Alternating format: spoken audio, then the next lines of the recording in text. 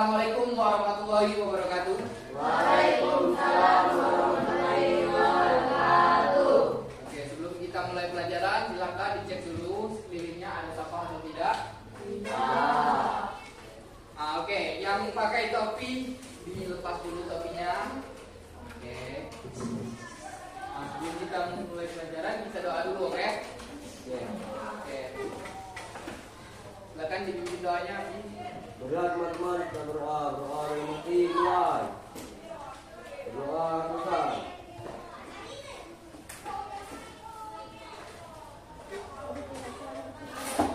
Oke, ada yang tidak hadir hari ini? Tidak. Hadir semua. Oke. Berarti kita langsung ke materi, oke? Ya.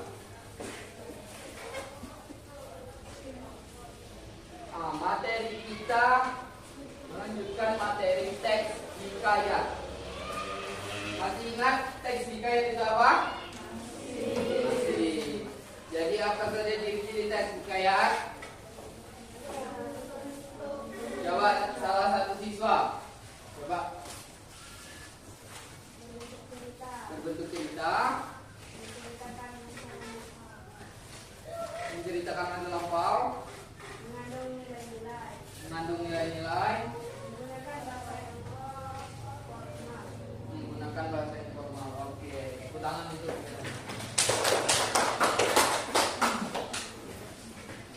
Oke, berarti kita lanjutkan ke fungsi hikayat. Fungsi hikayat adalah satu, yaitu untuk menghibur. Kedua, mengajarkan nilai-nilai. Tiga, melestarikan budaya. Keempat, mengembangkan imajinasi. Apa saja?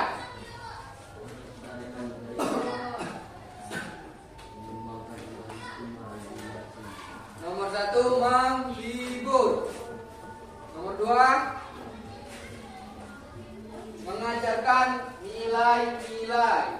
Nomor tiga, melestarikan budaya. Nomor empat, mengembangkan imajinasi. Coba. Menghibur, mengajarkan nilai-nilai, melestarikan budaya, mengembangkan imajinasi. Oke, baik. Oke, Bapak jelaskan dulu ya. Jadi menghibur.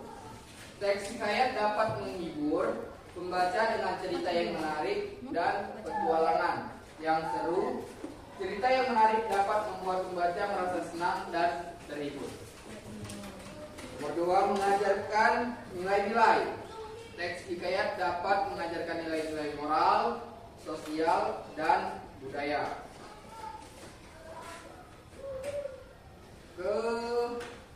Ketiga, melestarikan budaya.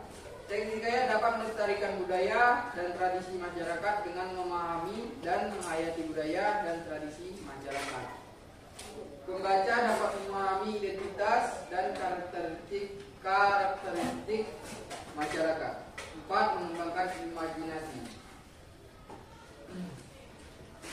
Teks hikayat dapat mengembangkan imajinasi pembaca dengan cerita yang menarik dan petualangan yang seru. Contoh teks hikayat. Contoh teks hikayat itu ada teks hikayat Malin Kundang. Terus ada hikayat Hang Tuah. Terus ada juga hikayat Raja-Raja Pasai. Hikayat Malin Kundang. Hikayat Malin Kundang ini menceritakan tentang seorang anak yang durhaka kepada ibunya. Lalu dia dihukum sama Tuhan. Dia menjadi batu. Nah, jadi kalian nggak usah lah kalian untuk melawan itu orang tua kalian ya, apalagi ibu kalian. Ada di sini yang melawan orang tuanya nggak? Tidak. Jangan ya, jangan sampai melawan orang tua. Nah, terus ada juga di sini hikayat Hang Tuah. Hikayat Hang Tuah ini dia menceritakan tentang seorang pahlawan yang berani dan setia kepada raja dan negaranya. Nah, terus dia ada hikayat Raja-Raja Pasai. Hikayat ini menceritakan tentang sejarah dan budaya masyarakat Pasai pada masa lampau. Nah, jadi hikayat itu dia menceritakan hal-hal yang sudah lalu, kayak Wali Kundang, Raja-Raja Pasai, terus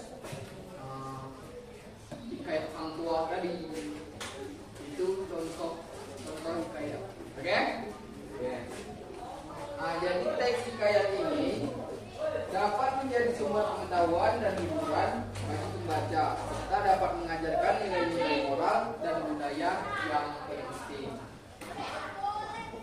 Gimana, sudah paham? Ya.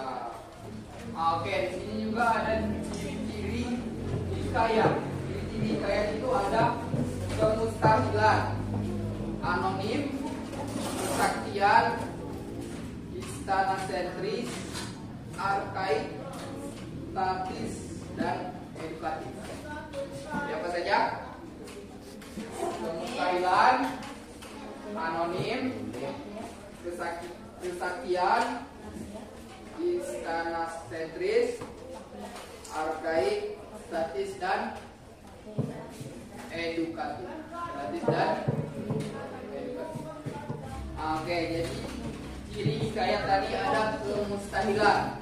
Nah, teks hikayat itu banyak mengandung kemustahilan dari segi bahasa maupun segi cerita, yaitu enggak selalu fakta, itu enggak ya, enggak ada bohong-bohongnya dikit lah. Cuman itu kita jadikan contoh, kayak Wali Kundang itu tahu lah itu bener apa enggak kan. Wali Kundang itu jadi batu, cuman kita ambil contoh dari Wali Kundang itu, kita jangan melawan orang tua. Yang mau jawab? Nah, terus ada anonim, tidak diketahui secara jelas nama pencerita atau pengarang dari hikayat tersebut. Yaitu belum jelas siapa yang bikin cerita itu, siapa nggak tahu gitu ya. Nah, terus ada kesaktian. Tokoh dalam hikayat seringkali diceritakan memiliki kesaktian tertentu. Kayak Wali Kundang itu kan ibunya sakti, itu bisa dibilang sakti, ibunya itu bisa merubah anaknya menjadi batu. Oke?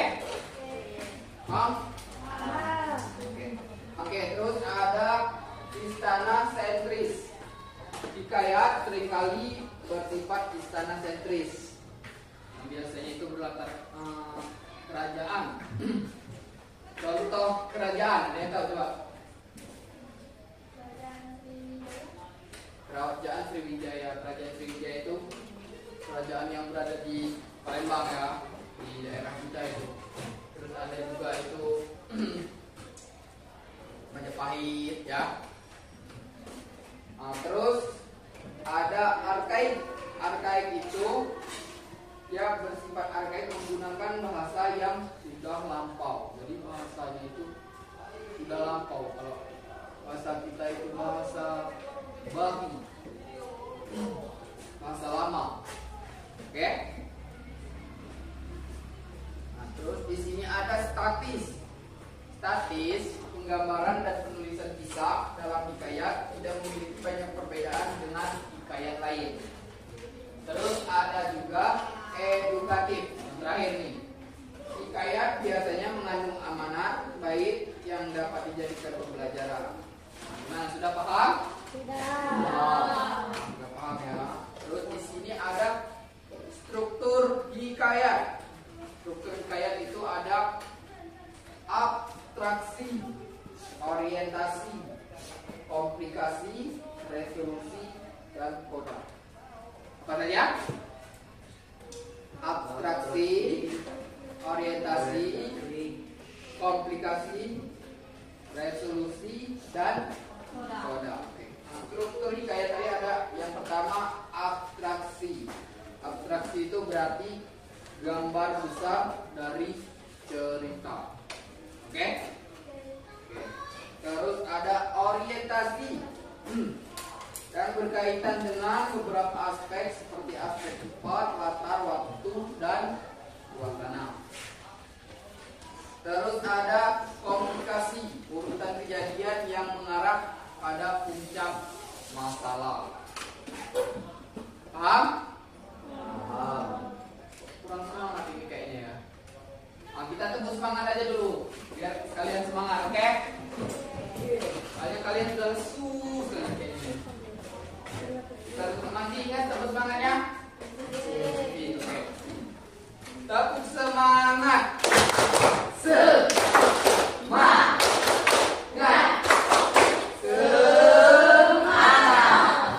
Masih kurang semangat nih cowok-cowok ini. Mulai ya, kurang semangat ya. Semangat. Tepuk semangat. Semangat.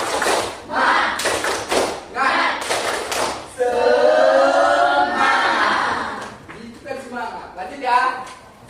Oke. Kalau udah semangat gini kita belajar tuh enak, santai, ya kan? Jadi kalau kita santai, kita enak, materinya itu nyampe gitu. Jadi enggak sekedar tahu terus lupa, enggak. Nah, sampai mana tadi? Sampai komplikasi urutan kejadian yang mengarah pada puncak masalah. Terus ada resolusi, penyelesaian dari konflik yang dialami tokoh karakter dalam cerita hikayat. Terus ada koda, berisi amanat atau pesan yang ingin disampaikan penulis kepada pembaca. Mana sudah paham? Sudah ya. Harusnya sudah paham. Soalnya ini bapak udah tahu itu namanya udah sakit ini. Tenggorokan bapak ini. Ini maaf ya bapak ngomongnya agak apa nggak enak gitu soalnya. Gak tahu tenggorokan bapak ini ada masalah apa jadi kayak sesak. Nah, terus ada jenis-jenis hikayat. Nah, jenis-jenis hikayat yaitu aspek historis dan aspek isi. Aspek historis dan apa? Nah, yang pertama historis. Jenis hikayat dibagi menjadi beberapa kelompok seperti Melayu, India, Arab, Persia, dan Jawa. Jadi banyak ya. Nah, terus ada aspek isi. Aspek isi, jenis hikayat dibagi menjadi 5 kelompok yaitu sejarah, biografi, agama, peristiwa, dan cerita. Nah, paham? Oke, jadi cukup ya? Cukup, oke. Oke, kalau cukup kita tutup. Oke, kita lanjut di pertemuan selanjutnya.